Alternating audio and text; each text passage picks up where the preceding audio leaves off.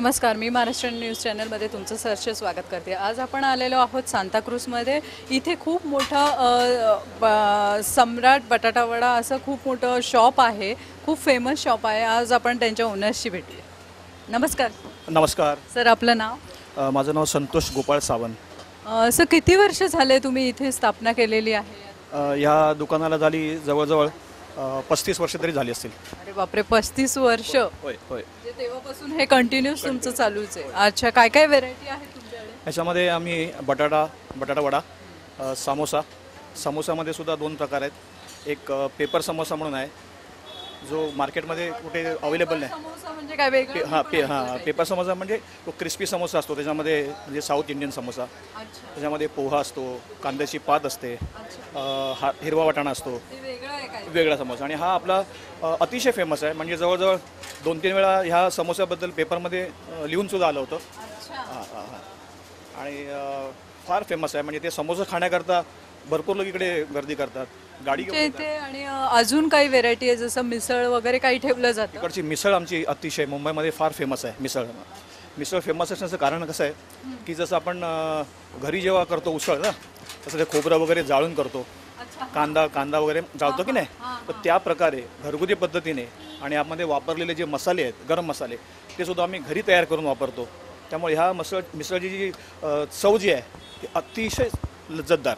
अरे वा, म्हणजे लोकांना स्पेशली इथे घरगुती टाईपची मिसळ खायला भेटते। होय होय। आणि लोकांना तेच हवं की व्यवस्थित जेवण हवंय, ऑइली पण नको, घरगुती टाईप, पोट पण भरेल। आणि दुसरं हायजेनिक। दुसरं याचं कारण असं आहे की दुसरं आम्ही इथे सर्व प्रकारचे भजी करतो, म्हणजे जवळजवळ 15-20 प्रकारचे भजी आहेत। कोणते कोणते सर? पालक भजी आहेत, मेथी भजी आहे, कोथिंबीर वडी आहे, कांदा भजी आहे, बरं का, वांग्याची भजी असतात आमच्याकडे, पनीरची भजी असतात। अशा प्रकारे 10-15-20 प्रकारचे भजी आम्ही करतो। हे असं ॲक्च्युअल वडापावच्या दुकानात सहसा भेटत नाही एवढ्या व्हेरायटी भाजी। हे कसं माहिती आहे, जे बनवणाऱ्याला जर आवड असेल आणि मनाला इथे सगळे खवय्ये येतात, त्यांच्यासाठी आम्ही त्यांची फार व्यवस्था करतो। म्हणजे कसं त्यांना काहीतरी वेगळं वाटतं। कधी असं होतं की एखादा कस्टमर येतो, बरं का, आणि बाहेरगावून आलेला असतो, तो आम्ही तिथे दुधीची भजी खाल्ली, दुधीची भजी, ते वेगळं काहीतरी मग असं काहीतरी सांगतात। मग आपण त्यांनी जी खाल्ली असेल त्यापेक्षाही आम्ही काहीतरी चांगलं करून त्याला आम्ही देतो, तो आम्ही जी खाल्ली होती अगोदर त्याहीपेक्षाही सुंदर आहे। आणि हल्ली कशी व्हेरायटीज लागते, लोकांना खाण्याचे खवय्ये आहेत तर त्यांना व्हेरायटी हवीच असते वेगळी। लोकांना काहीतरी रोज नवीन हवं असतं। आणि याची मजा म्हणजे असं आहे की मी चालू पण हे केलं कशासाठी, मी अगोदर ऑबेरायमध्ये होतो, कामाला होतो, मी नॅशनल लेवल स्विमर आहे। हां, पण झालं कसं, मी घरी आल्यानंतर आई रोज आम्हाला नवीन प्रकार खाऊ घालायची, कधी बटाटा वडा, कधी समोसा, म्हणजे बाहेरून आम्ही कुठलाही पदार्थ आणत नव्हतो। आणि आई जी करायची पदार्थ तो मार्केटपेक्षाही छान असायचा। आणि मग विचार केला, जर मी बाहेर खाताना मला ते वडे म्हणा किंवा भजी म्हणा जर खायची असेल तर ती पाम तेलातली खावी लागायची, आणि कुठेतरी मळकट असं हॉटेलमध्ये खावी लागायची, बरं का। चव जरी चांगली असेल पण त्यामध्ये वापरलेले पदार्थ जे आहेत, तेल वगैरे, हे कुठलं पाम तेल किंवा कसं, म्हणजे शुद्ध पदार्थ नसायचे ते। म्हटलं आपण असं जी आई करते घरी, चविष्ट करते आणि चांगले पदार्थ, चांगले जे आपण तेल वगैरे असं वापरून करतो आपण, बरोबर ना, तर तसं आपण एखादं दुकान उघडून लोकांना खाऊ घालायचं घरच्यासारखं। ह्या उद्देशानं मी नोकरी सोडली आणि हे दुकान चालू केलं। आणि चालू केल्यापासून पहिल्या दिवसापासून जी गर्दी आहे ती देवाच्या कृपेने आत्तापर्यंत, आमची एंट्री झाली तर गर्दी, क्राऊड खूप आहे। आणि आता हे कस्टमर नाही, हे सगळे लाईफ मेंबर आहेत, म्हणजे इकडे खाल्ल्यानंतर तो कस्टमर पुन्हा दुसऱ्या दुकानात जाऊ शकत नाही, तो पुन्हा आवडीने इथे खायला येणार, आवडीने खाणार, आणि वरती सांगून जाणार की एवढं म्हणजे फार मजा आली। आणि तेच बघितलं, जसं सर्व्हिस तुम्ही खूप छान प्रोव्हाइड करता। बरं, क्लिनिनेस कशी इथे मेंटेन करता? क्लीननेस कसं, आता आम्ही दुकानसुद्धा आम्ही दिवसांना 4 वेळा धुतो, बरं का। हे आम्ही जे प्लेट्स वापरतो, समजा सकाळी आम्ही जो हा माल काढलेला आहे, तर आता 3 वाजता दुसरे 2 शिफ्ट आहेत, 3 वाजता दुसऱ्या शिफ्टिंगला हा जो जुना माल काढलेला असतो तो आम्ही वापरत नाही। किंबहुना सकाळी आम्ही तेल वापरलेलं असतं ते संध्याकाळी आम्ही वापरत नाही, हे तेलसुद्धा आम्ही रिपीट करतो। बाहेर पाम तेल वापरतात ते सुद्धा ते बदलत नाहीत, ते बदलत नाही, तर त्याच्यामुळे कॅन्सर होण्याचे म्हणजे चान्सेस जास्त असतात। आम्ही सनफ्लॉवर ऑइल वापरतो आणि तेही रिपीट नाही करत तेल। आणि कसं हल्ली हेल्थच्या बाबतीत खूप लोक कॉन्शियस झाले, आणि त्या बाबतीत मी अतिशय काळजी घेतो, आणि ही लोकांना कळते, बरं का, हे कळतं, म्हणून तुम्हाला न बोलवता तुम्ही इकडे आलात, बरं का, आम्ही कधी ॲड करत नाही, फक्त चांगलं पदार्थ देणं एवढं आम्हाला फक्त माहिती आहे. आणि सर इथे रेट कितीपासून ते कितीपर्यंत आहे? साहजिक आहे की लोकांना परवडण्यासारखेच रेट आहेत. अगदी अगदी. आता तुम्ही हा चांगला प्रश्न विचारलात की रेट तुमचा किती आहे, काय आहे. आता आम्ही जो वडा विकतो बरं का, आज मार्केटमध्ये तुम्ही जाल ना तर 15 रुपये एक वडापाव आहे. 15 काय किंवा 12 रुपये असेल, 12-15 असेल. आम्ही वडा विकतो तो 22 रुपये वडापाव विकतो. त्याचं कारण असं आहे की बाहेरचा तुम्ही वडा आणाल, वडापाव घ्याल ना, त्याचं जे वजन असेल त्याच्या दोन वड्यापेक्षा आपलं एक वड्याचं वजन जास्त आहे बरं का. आणि तो वडा आपण ज्यामध्ये वापरलेली जी कोथिंबीर आहे, त्या वापरलेलं जे बेसन आहे ते चण्याच्या डाळीचं पीठ म्हणजे प्युअर बेसन वापरलेलं आहे. आणि मार्केटमध्ये जे बेसन मिळतं ते चण्याचं नसतं, ते वाटाणा किंवा दुसरा अजून एक प्रकार आहे.